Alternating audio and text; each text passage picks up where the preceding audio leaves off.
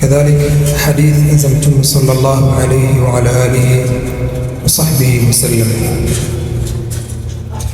Tukianza na ayat Qur'aniya, Mola subhanahu wa ta'ala Allah yaqul Surat al-Asr, akianza kuapa kwa zama na wakati wa alasiri, yaqulu wal-asr innal insana lafi khusr, naapa kwa zama na wakati wa alasiri, naapa kwa zama na wakati wa alasiri. Kisha Allah kasema innal insana lafi khusr, hakika ya mwanadamu yupo katika khasara. Kama Muislamu anaposikia maneno kama haya, lazima awe na wakfa, awe na kisimamo na ajiulize, tuko katika khasara na njia gani ambazo kwamba tutakwenda kujinasua, kujitoa katika hii khasara. Innal insana, hakika ya mwanadamu yupo katika khasara. Kisha Allah subhanahu akafanya istithna, akawatoa watu ambao kwamba hawapo katika khasara. Akasema Allah, illa alladhina amanu, isipokuwa wale ambao kwamba wamekuwa na imani, wamemwamini Allah jalla jalaluhu, wa amilu salihat, wakatenda matendo mema, watawasau bilhaq, wakahusiana juu ya mambo ya haki, wakahusiana katika mambo ya uongofu na kumtii Allah jalla jalaluhu, watawasau bisabr, na wakahusiana juu ya jambo zima la subra.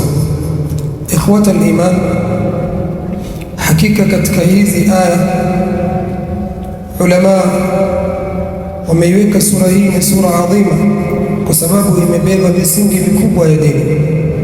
Ikiwemo katika misingi hii ni jambo zima la Muislamu kutafuta elimu ya kisheria, bali aliposema Allah subhanahu watawasau bilhaq, wakahusiana katika jambo la haki, na hakungeweza kupatikana kuhusiana kwa haki isipokuwa watu kufundishana ilmu, isipokuwa watu kukumbushana maneno ya Allah subhanahu na maneno ya Mtume Muhammad sallallahu alayhi wa ala alihi wa sahbihi wasallam. Hivyo basi, ndugu zangu Waislamu, kujitoa katika wale waliopata khasara miongoni mwa mambo kama yale ni watu kufundishana ilmu ya kisheria, watu kukumbushana maneno ya Allah, kukumbushana maneno ya Mtume Muhammad sallallahu alayhi wa ala alihi wa sahbihi wasallam. Jambo la ilmu na jambo la kutafuta elimu ya kisheria ni katika mambo makubwa katika dini ya Uislamu, ni katika mambo makubwa ambayo kwamba imekuwa ni sababu leo dini kusambaa na kuenea ulimwengu mzima. Laula Allah subhanahu wa ta'ala hakuweka ulama, basi ingekuwa leo hatufahamu sala, hatufahamu mambo mingi ya dini ya Kiislamu, bali mambo yote ya dini ya Kiislamu dini adhim. Lakini kwa sababu Allah subhanahu wa ta'ala ameweka alulama, wanawachuoni, wakaweza kukaa na kufundisha dini ya Allah subhanahu wa ta'ala, wakakumbushana au wakakumbusha maneno ya Allah subhanahu na maneno ya Mtume Muhammad sallallahu alaihi wasallam, ikawa leo ndio sababu leo sisi kufahamu dini ya Allah, kufahamu tunasali na mambo mingi katika dini ya Allah jalla jalaluhu. Mtume Muhammad sallallahu alaihi wasallam, mpokea Anas radhiyallahu anhu anasema, idha marartum bi riyadil jannati farta'u, mtakapokuwa mnapita katika riyadil janna, katika mabustani ya pepo, basi piteni na mukae katika hiyo bustani, mupate kuneemeka na mupate neema ya yale mabustani ambayo kama mmepitia. Wanachuoni katika kutafsiri riyadul janna, mabustani ya pepo ni nini? Kasema ni hilaqul ilm, ni halaka na vikao vya elimu, watu kukumbushana elimu. Mtume Muhammad sallallahu alaihi wasallam akaziita au akaita vikao hivi kwamba hivi vikao ni riyadul janna, ni mabustani ya pepo. Idhan ikhwata al-iman, watu wanapokuwa wanakaa katika vikao vya kukumbushana Qur'an, maneno ya Allah subhanahu au hadithi za Mtume Muhammad sallallahu alaihi wasallam, vikao kama vile Mtume sallallahu alaihi wasallam ameviita kwamba ni riyadul janna na amevifananisha na mabustani ya pepo. Kisha akasema farta'u, yani arrat'u ni mtu kukaa sehemu ile katika bustani, kula katika matunda yake, kuneemeka na neema na mazuri ambayo kwamba yanapatikana katika lile bustani. Kwa hiyo unapokuwa umepita katika hilaqul ilm, ukasikia mahali kwamba ilmu inafundishwa, maneno ya Allah subhanahu wa ta'ala yanafundishwa, hadithi za Mtume sallallahu alaihi wasallam watu wanafunzwa katika vikao vile, utakapokuwa umesikia Mtume anasema farta'u, kaeni mule na muneemeke katika yale ambayo kwamba inapatikana katika vikao vile. Hilaqul ilm, vikao vya elimu, kunapatikana ndani yake neema nyingi. Kwa hiyo Mtume akatuambia tuweze kuneemeka na neema zile.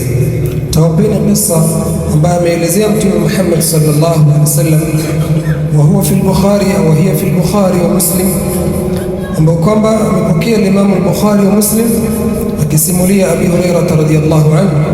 Mtume Muhammad sallallahu alaihi wasallam anasema, inna lillahi malaika yatufuna fi at-tariq au inna lillahi malaikatun sayyahin, hakika ya Allah subhanahu wa ta'ala akona malaika.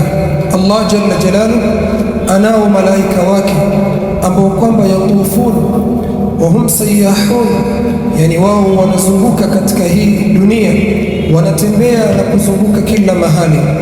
Yatufuna fi turuq yaltamisuna ahla dhikr, wanatafuta nini na wanazunguka kutafuta nini? Wanatafuta ahlu dhikr.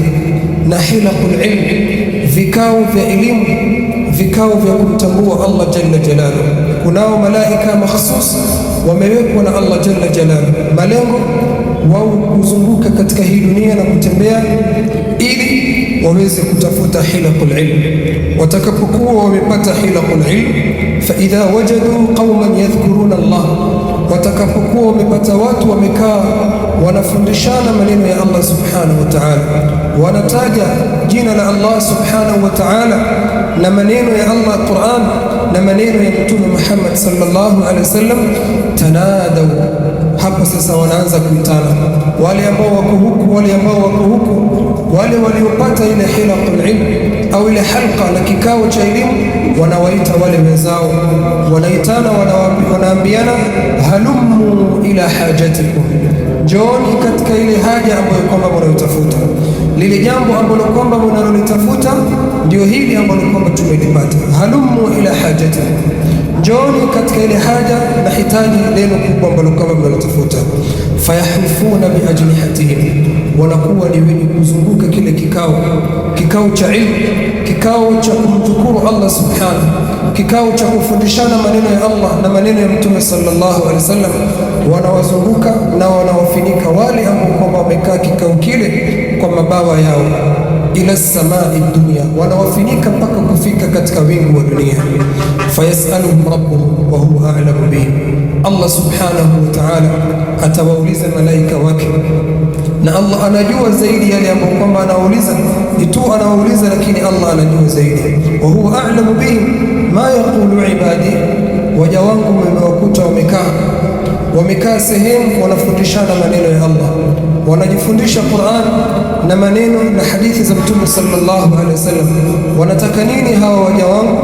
Wanasema yusabbihunaka wa yukabbirunaka, wanakusabih, wanakutakasa na wanakutukuza ya Allah.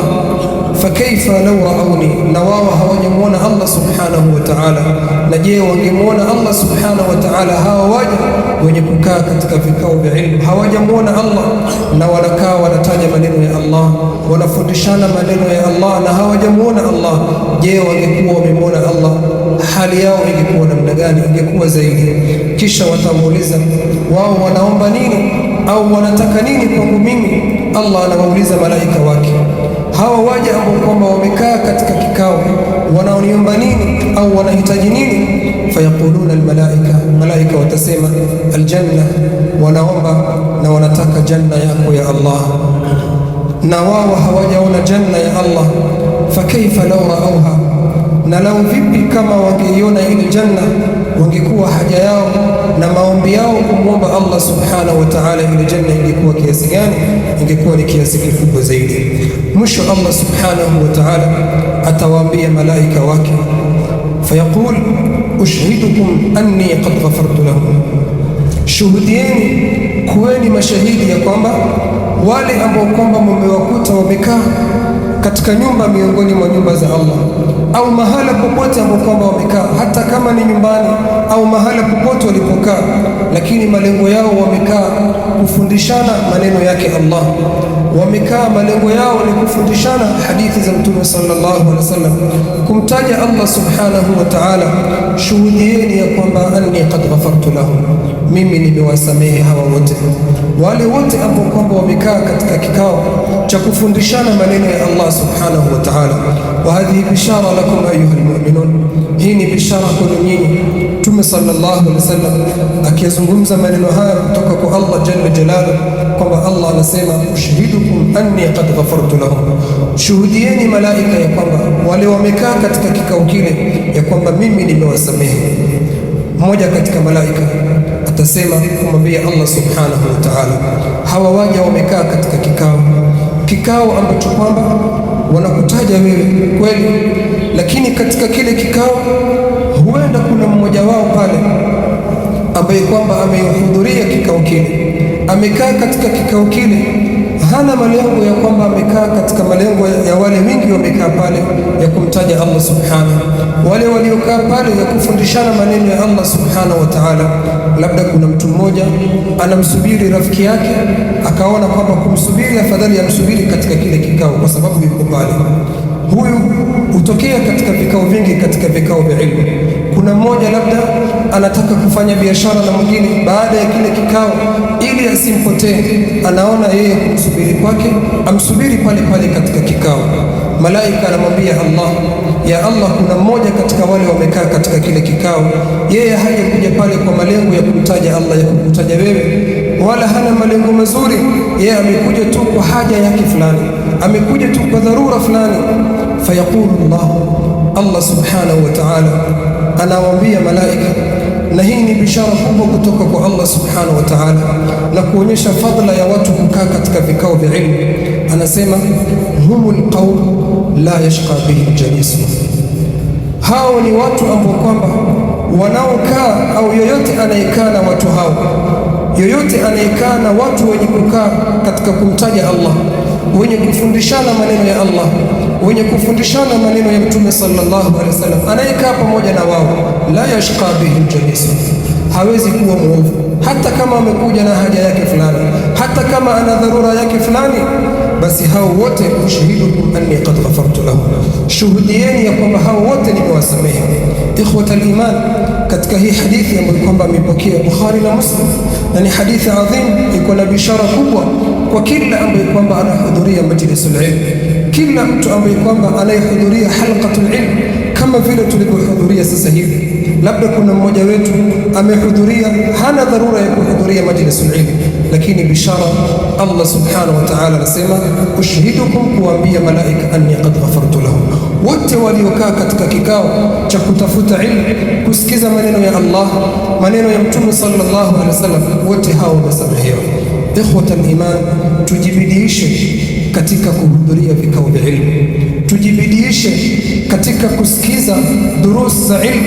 Tunaposikia muhadhara unatolewa, basi tuhudhurie katika muhadhara ule, darsa ambayo kwamba inayotolewa na alimu min alulama na sheikhu min almashayikh, sheikh yoyote ambaye kwamba tusikia kuna muhadhara wake, na ni sheikh ambaye kwamba ni mu'tabar, sheikh ambaye kwamba anatoa ilmu ya qala Allah na qala Rasulullah, maneno ya Allah na maneno ya Mtume sallallahu alaihi wasallam. Tuhudhurie vikao vile, tupate hii fadla miongoni mwa fadla nyingi ambazo kwamba tutakazozipata katika vikao vya ilmu, na nyingi ambazo kwamba amezieleza Mtume sallallahu alaihi wasallam katika vikao hivi vya kuhudhuria, vikao vya kumtaja Allah subhanahu kufundishana maneno ya Allah na maneno ya Mtume sallallahu alayhi wa ala alihi wa sahbihi wasallam. Alwaktu la yattasi, lakini kuna fadhail nyingi na kuna mambo mengi ambayo kwamba wanayapata wale ambao kwamba wenye kukaa vikao kama hivi. Tusiwache muhadhara ilmiya wowote, darsa ilmi, darsa ya kielimu, muhadhara ambao kwamba utakaotolewa maneno ya Allah, maneno ya Mtume. Usitupite mambo kama yale, ili tuweze kunali na kupata fadla nyingi za hivi vikao vya ilmu. Tumomba Allah subhanahu wa ta'ala atujalie katika wale wenye kusikia na kufuata. Tumomba Allah subhanahu